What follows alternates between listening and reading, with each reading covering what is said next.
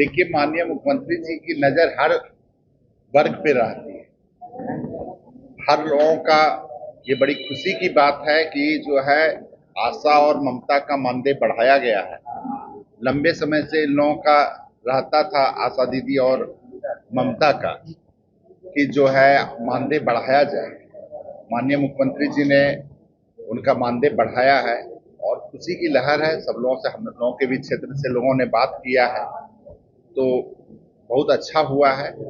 ये एक तरह से समझ लीजिए कि जो निचली पंक्ति पे लोग रहते हैं और ग्रामीण इलाकों में जो स्वास्थ्य की व्यवस्था है, उस स्वास्थ्य की व्यवस्था में ममता का और आशा का बहुत बड़ा योगदान।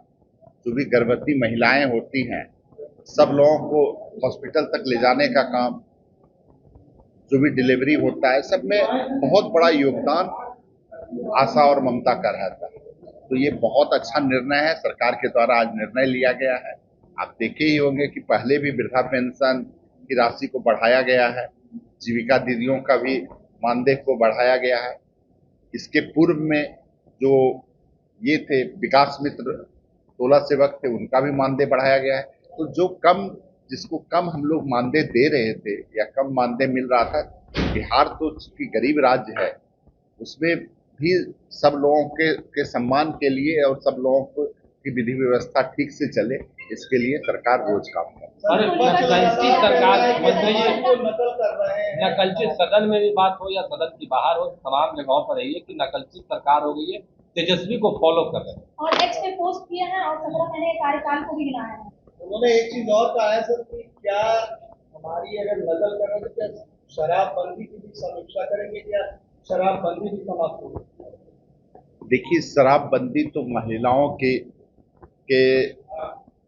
महिलाएं लोग जब बोली थी माननीय मुख्यमंत्री जी को जीविका की, शायद उसमें कुछ ग्रुप महिलाओं का ग्रुप था, उन्होंने बोला था।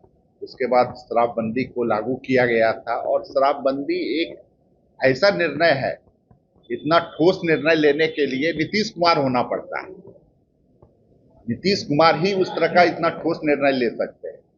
अब तेजस्वी जी क्या बोलते हैं, उनके बातों से तो कोई लेना देना नहीं है। उनको तो ये बताना चाहिए कि उन्होंने, उनके पिताजी ने अपने कार्यकाल में, जो 15 साल का जो कार्यकाल था, उसमें कितने लोगों का मानदेय बढ़ाए थे। लोग शायद अब याद नहीं रखते हैं पुरानी बातों को।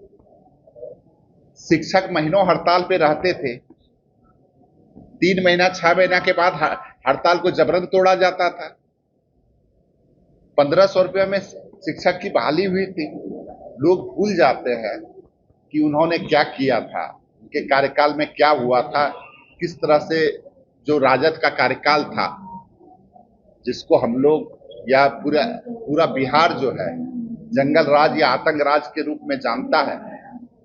तो लोग तरह तरह की बातों को, अपने बातों को, जब सरकार में आते हैं तो बातें बदल जाती हैं। माननीय मुख्यमंत्री जी जो बोलते हैं वो करते हैं। ठोस निर्णय लेने वाला अगर कोई व्यक्ति बिहार में है, कोई राजनेता है, तो नीतीश कुमार। बहुत धन्यवाद। आज इंडिया गठबंधन की बड़ी बैठक होने जा रही है।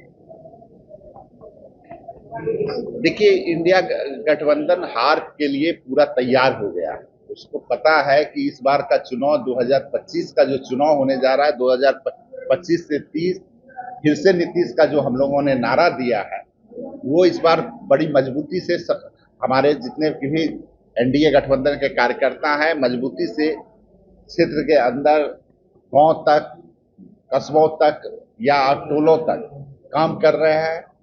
राजद घबराया हुआ है, जो यूपीए जो है पूरा घबराया हुआ है। महागठबंधन जिसको आप लोग कहते हैं, महागठबंधन तो अब महाठगबंधन हो गया है। कुछ से कुछ पुष्टि करना है, कोई काम तो करना नहीं है। इस बार आप लोगों ने इसमें देखा होगा किस तरह की भाषा का इस्तेमाल बिहार विधानसभा में लोग कर रहे थे। आप लोगों ने देखा और पूरी बिहार की जनता ने देखा है। तो उसी सब पे समीक्षा कर रहे होंगे कि इस बार और कितनी गंदी बातों का जो है चुनाव में अपना लाना है। उन लोगों को तो लगता है कि जब किसी को गाली बकेंगे तब हमको वोट बढ़ेगा। वो तो गाली वाला पार्टी है।